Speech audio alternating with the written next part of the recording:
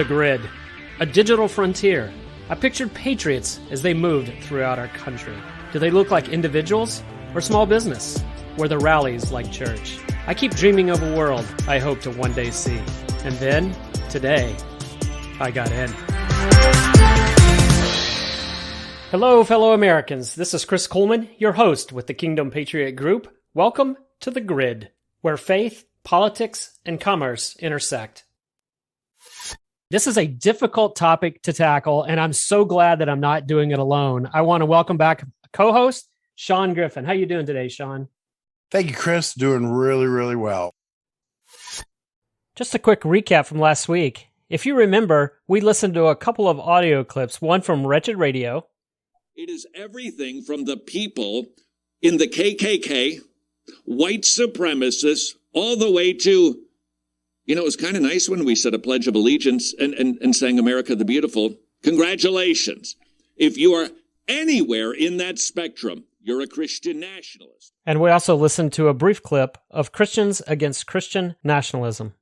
I'm a Christian against Christian nationalism. I'm a Christian against Christian nationalism. I'm a Christian against Christian nationalism. Really what we were getting at last week was to talk about how Christian nationalism is being viewed. Although we didn't get a whole lot into the definition. We will do that more today on The Grid.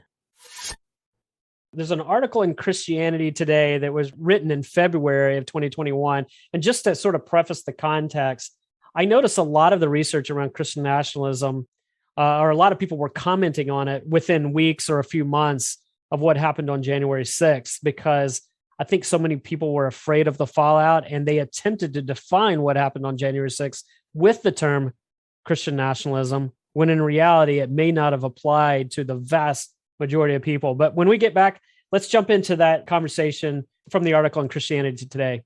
Sounds good. We'll be right back.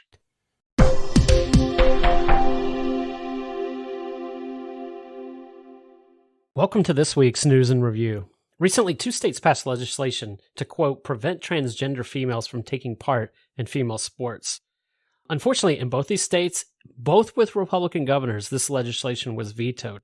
But in Utah specifically, State Representative Kira Birkeland, the bill's Republican sponsor, said the bill is purely about preserving women's sports and warned if we don't act and we just go with the status quo, we do more to harm both transgender youth and women athletes.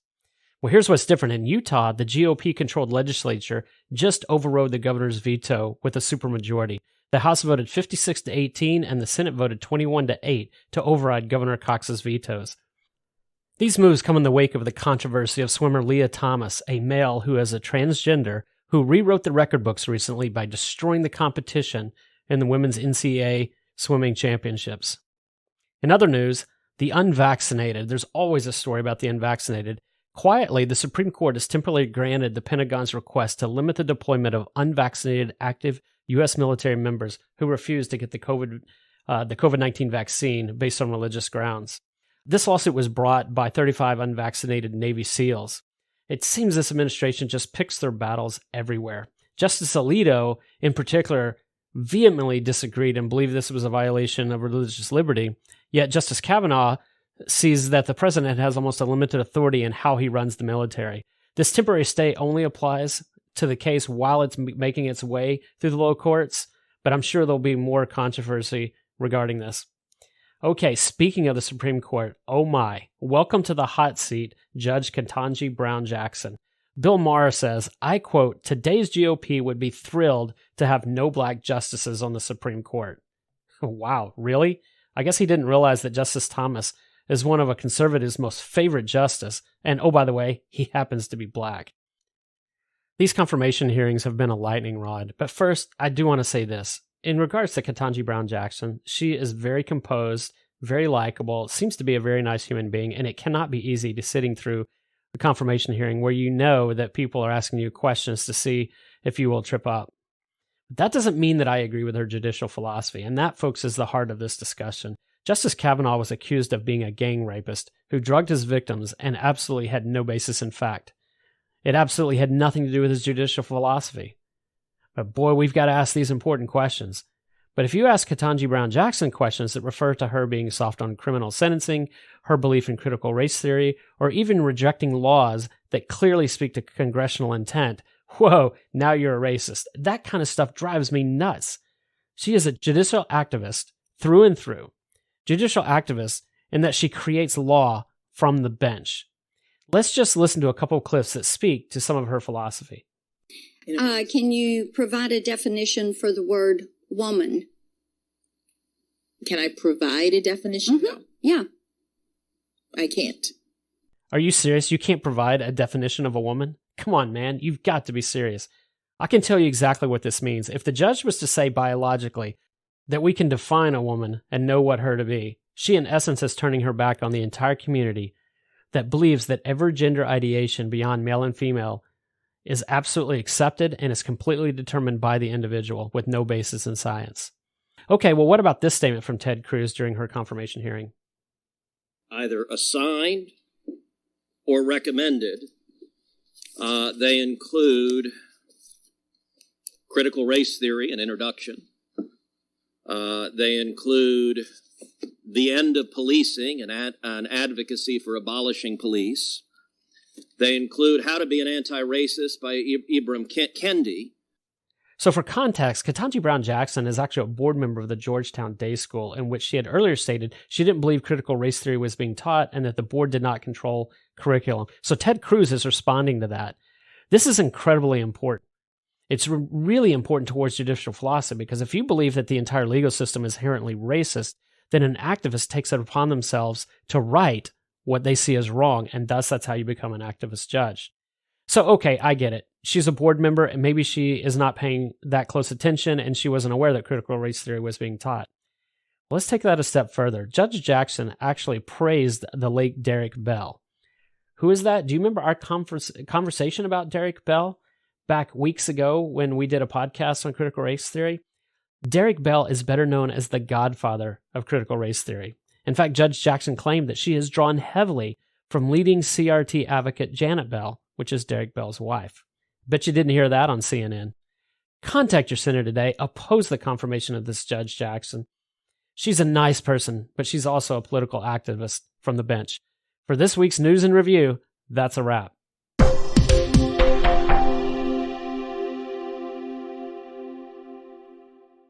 All right, welcome back.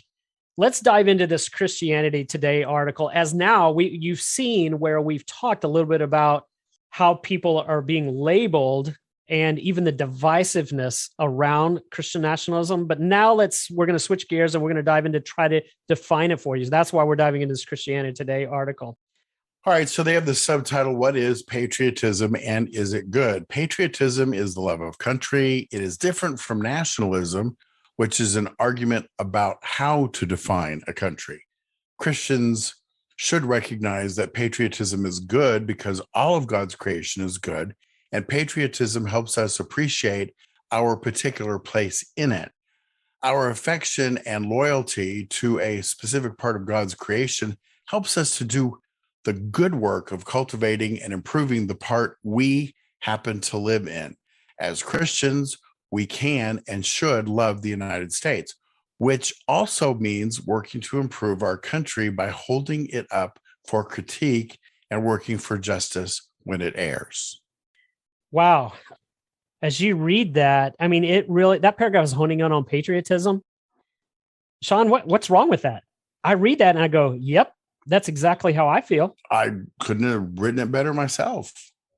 You know, we started this podcast today talking about how we love our country. As we may talk a little bit later, I wonder if Christian nationalism is the wrong phrase for the majority of Americans who love their country, that really they just have patriotism. I guess I can put that on the shelf, but I'm just wondering if maybe the label is misapplied. Yeah, it could very well be. I think I agree. So let's keep going. What is nationalism? The article continues. Most scholars agree that nationalism starts with the belief that humanity is divisible into mutually distinct, internally coherent culture groups defined by shared traits like language, religion, ethnicity, or culture. And I'm sorry, Shaun, I didn't know that we were going to read this article and step right back into sociology class. For sure. It's a good thing you said that rather slowly. That's quite a list. Well, it is quite a list. It's interesting when you hear the words that Christian nationalists are Nazis. That's one that's being thrown around. Yet the actual definition means it really is just a way to divide people. But Shaun, when you think about your love for country, are you looking to divide people? No, I'm not. Not at all. In fact, if we all, as we get closer, like for instance, in marriage, there's what is often referred to as a triangle. As the husband and wife get closer to God, lo and behold, they get closer to each other because they're going toward one central point. And as they get closer to him, the distance between themselves, gets smaller. When it comes to the love of country, all we've got to do is see political rallies, regardless of who they're for. These people come together. They don't agree about everything, but they've chosen the things that they have in common to come together and celebrate and promote. Yeah, I totally agree. In fact, Scripture commands us to do everything that we can to live in unity.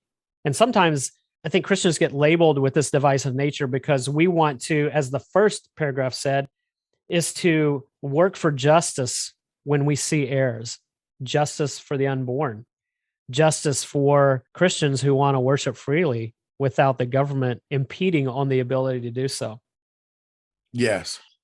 So let's just keep going. What is Christian nationalism then? So we talked a little bit about patriotism, we've talked a little bit about nationalism, but then Christianity Today defines, when you put those together, that Christian nationalism is the belief that American nation is defined by Christianity and that the government should take active steps to keep it that way.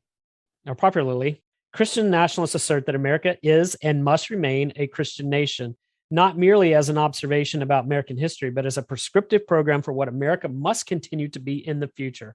Scholars like Samuel Huntington have made a similar statement, that America is defined by its Anglo-Protestant past, and that what we will lose our identity and our freedom if we do not preserve our cultural inheritance. When you read that, does that invoke an emotional response? Do you disagree with that description? With that sentence, I'm in total agreement because it's true. Our country was founded by believers. It was founded by believers, bottom line. Imperfect believers. I think it's important to say that because sometimes people think that we hold up the founding fathers as being saints, and they were believers who were flawed just like you and just like me. And that is why they established 3 branches of government, because they were painfully aware of the sinful nature of man, especially the unredeemed man.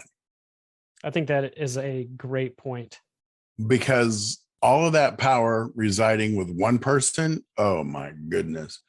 If the guy is righteous or the woman is righteous, things are, can be mostly okay. But they had seen time and time again, all that centralized power just went to their head, and they broke it up because they know and they understood the sinful nature of man and what power can do to somebody when they have that kind of power behind their choices. Shaun, you want to go ahead and take the next paragraph? So we're going to cover what is the problem with nationalism. Humanity is not easily divisible into mutually distinct cultural units. Cultures overlap and their borders are fuzzy. Since cultural units are fuzzy, they make a poor fit for the foundation for political order. Cultural identities are fluid and hard to draw boundaries around, but political boundaries are hard and semi-permanent. Attempting to found political legitimacy on cultural likeness means political order will be constantly in danger of being felt as illegitimate by some group or another. Cultural pluralism is essentially inevitable in every nation. So as you read that, again, now we're into sociology class 102. I don't know that I disagree with the definition, but I think I disagree with the application. As I read this, I think it's making the assumption that the political establishment in a particular country is completely agnostic and everything around that should be preserved as so. And when you try to label people, or I guess group people, draw boundaries around culture, which I guess this article is labeling Christianity as a culture, that it puts up ultimately conflict between that government, which tends to be a permanent establishment, and the culture, which tends to be fluid. Where I disagree with where it appears this application is going is that our country was not founded as agnostic. It was not founded as a country that was void and separated from faith principles. Do you agree with my thoughts on that? Yeah, I think basically I would. What they're pointing out here is the nailing Jello to the wall. Their observation is that, it's hard to draw boundaries around certain things that are fluid. Yeah. So in essence, I would. Yeah. So this article continues. It continues to talk about, what is the problem? But rather than focus kind of on what the article said, I'm going to tell you what I think is one of the challenges in this. And it's not, there's two dangers here, and they're both on ends of the spectrum. The one danger is that we say we can't, that because there is this potential divide between government, which is semi-permanent, and culture, which is fluid, that to espouse the views of how we believe that the Lord founded this country, that one of those dangers is that I must be silent and not share that. Otherwise, I am labeled as divisive. I'm labeled as a person who is trying to silence or divide or castigate a particular group of people. And I actually think that is where the Christian nationalist label goes to. I think that's what it's trying to say. This is what you're doing. The means at which you try to express your opinion is you're trying to alienate people. You're trying to shove people aside who don't agree with you. And I think that's an unfair label. On the other hand, I think one of the real dangers of Christian nationalism, at least as the label applies, is on the one hand, you have people that are trying to achieve their ends by means that are so clearly not biblical, it's not even funny. And I would question in some of those instances, do those people really think that they're following God? The ones who are resorting to violence, the ones who are using scripture to justify a political ideology, those really concern me. That is a big danger, at least at how this is applied. That's a big danger of Christian nationalism. But I see another danger that's also not talked about, Shaun. And I see the danger that we're so afraid of being labeled like that through fear, we gravitate to silence, and that we're not willing to try to improve our country. Yes. And I don't know that danger is talked about as much. Only the one on the one extreme is. But I think there's two dangers here on each end of the spectrum that we have to be incredibly wary of. Well, I think that second danger is actually more ominous because it's so common and it's not seen. It's hard to see an argument or hear an argument when it's not expressed. And that's what we have happening every day. It's like we did a podcast back toward the beginning. We talked about the difference between liberals and conservatives. Well, conservatives understand where liberals are coming from because they hear the liberal message day in and day out. Whereas a lot of liberals do not necessarily know what conservatives are thinking because their point of view is not equally represented in the media. Summarizing, conservatives fully understand where the liberals are coming from because they hear the liberal message every day. Most liberals do not know where conservatives are coming from because they don't adhere or listen to or go to the sources where those voices are shared. Yeah, I think that's a great point, unless you go into alternative media. And for anyone who's listening right now that is a liberal and a progressive, and you disagree with some of this, and you really are angry with Christian nationalists, I just want to stop for a second and just share my heart. When Shaun and I and the Kingdom Patriot Group and people that we're trying to reach who are like mind, like faith, yeah, of course we want to change tax policy and we don't like big government and all of those things, but those have nothing to do with our faith per se. I want you to hear that. We're not using Christianity to justify differences in approach of policy and laws and so forth. So we can talk about tax policy. We can talk about limited government, expansive government. We can talk about those all day long and have a friendly debate. I have no interest in trying to use scripture to justify my approach, except for those things that I see and understand to be unbiblical. My heart is to see everyone come to know Christ. My heart is to see leaders of integrity in our government, leaders that tell you the truth, leaders that value life, leaders that value seeing people restored and seeing people grow in their own faith. I just want to tell you, if you're listening, that to me, the means matter. We love you and we don't want to alienate anyone. We just want to share the good news and how the Lord has changed our life.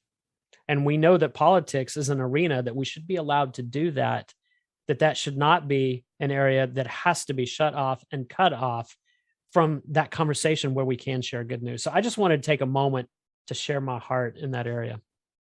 And I'd like to add to that, our nation was founded by believers.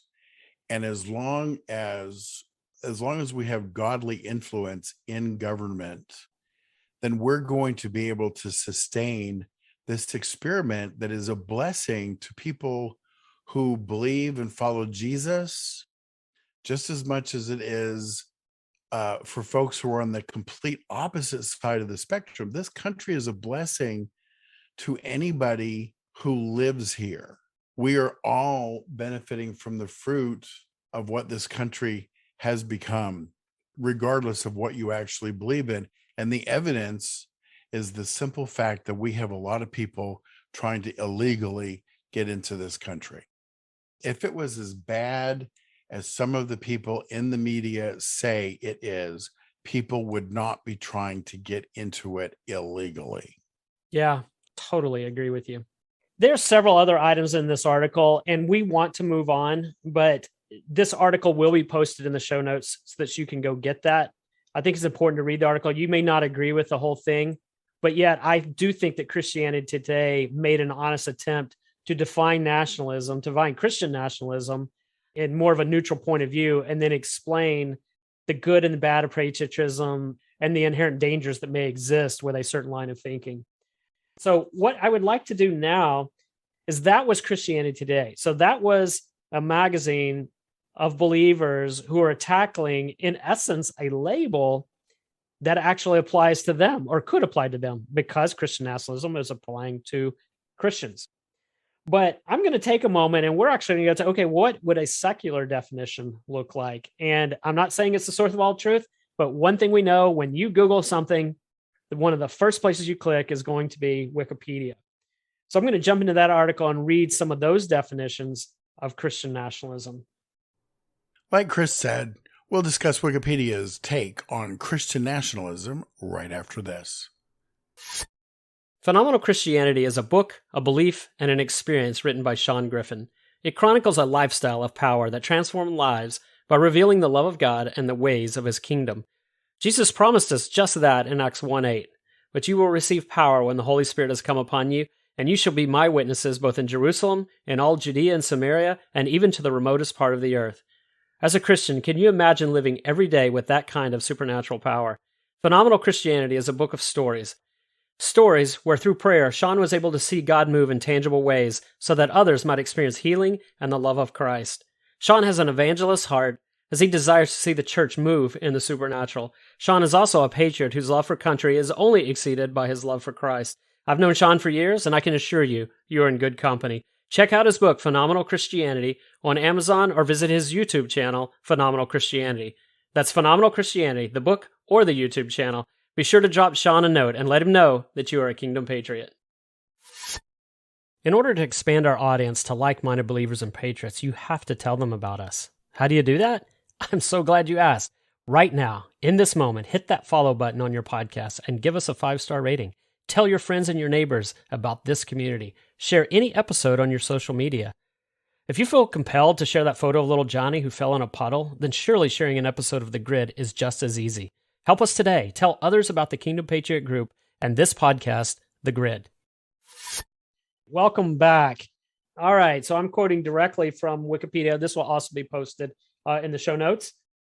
Christian nationalists primarily focus on internal politics, such as passing laws that reflect their view of Christianity and its role in political and social life. In countries with a state church, Christian nationalists, in seeking to preserve the status of a Christian state, uphold an anti-de-establishmentarian position. Christian nationalists have emphasized a recovery of territory in which Christianity formerly flourished, historically to establish a pan-Christian state out of the countries within Christendom. How do you react to that, Shaun? That's a mouthful, isn't it? Yeah, we keep getting these. You know, what's really interesting, I'm going to totally digress here for a second, but what's really interesting, does this not remind you a little bit of critical race theory or wokeness or some of these other cultural labels?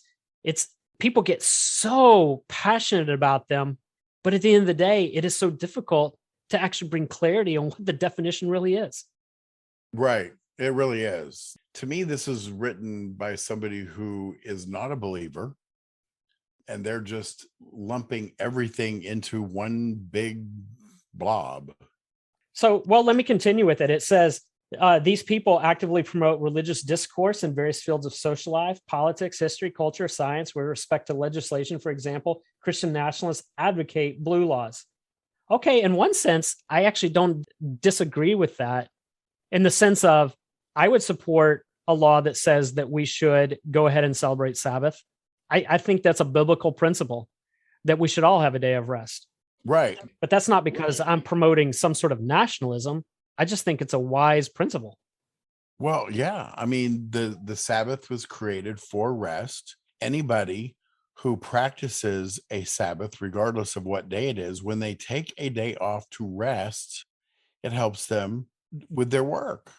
So this article continues, Christian nationalists support the presence of Christian symbols and statuary in the public square, as well as state patronage for the display of religion, such as school prayer and the exhibition of nativity scenes during Christmastide or the Christian cross on Good Friday. And even one they don't list, and I think of, for instance, Moses and the 10 Commandments outside a courthouse. Right. Do you have a problem with that? I don't personally. I understand that atheists do, but atheists often forget how the country was founded. I agree. Our country was founded on Christian principles. It's not just part of our faith heritage. It's actually part of our government heritage, our country's heritage. It has historical benefits as well as faith benefits. And to unintentionally butt in, that freedom that we have, they also get to exercise. It's our beliefs and our trust in the Savior that allows them the freedom to not believe. I love that. The reason I love that is because what has happened over the years. I remember we did that podcast on humanism, where humanism has really invaded every aspect of our government. And I hear people talking about freedom of religion, freedom from religion, but actually our country has not separated church and state. And what I mean by that is the state is separated from Christianity. It was what this country was founded on, those principles. But our government actually has endorsed the religion of humanism. And that in itself is a religion. Yes. But it's a religion that puts all the focus on man and not the focus on God, not the focus on Christ. Again, as we talked before, their motto, their logo says good without God. And so I think what's happened, and in this discourse, a lot of people don't realize that in the attempt to separate church and state, liberal, progressive, non-believers have actually done the very thing that they have accused everyone else of doing, and that is they have endorsed a very specific religion. It just doesn't include God. It's the religion of humanism. Right. And I think one of the reasons why they don't recognize it as a religion is because they don't pass the plate. Oh, that's funny. Next week on The Grid, we're going to dive into one more clip by a lady named Allie Beth Stuckey, who in a 3-minute span really encapsulates this discussion. We'll pick up part 3, the third installment of our series, Christian Nationalism, on the next edition of The Grid. See you next time. Special thanks again to our sponsor, Phenomenal Christianity. Go to Amazon to purchase your book today or visit the YouTube channel, Phenomenal Christianity. Don't forget to visit our website at kingdompatriot.us to join the movement of faith and freedom. That's kingdompatriot.us. Join today so that together we can make a difference. I'm Chris Kuhlmann, and I am a Kingdom Patriot.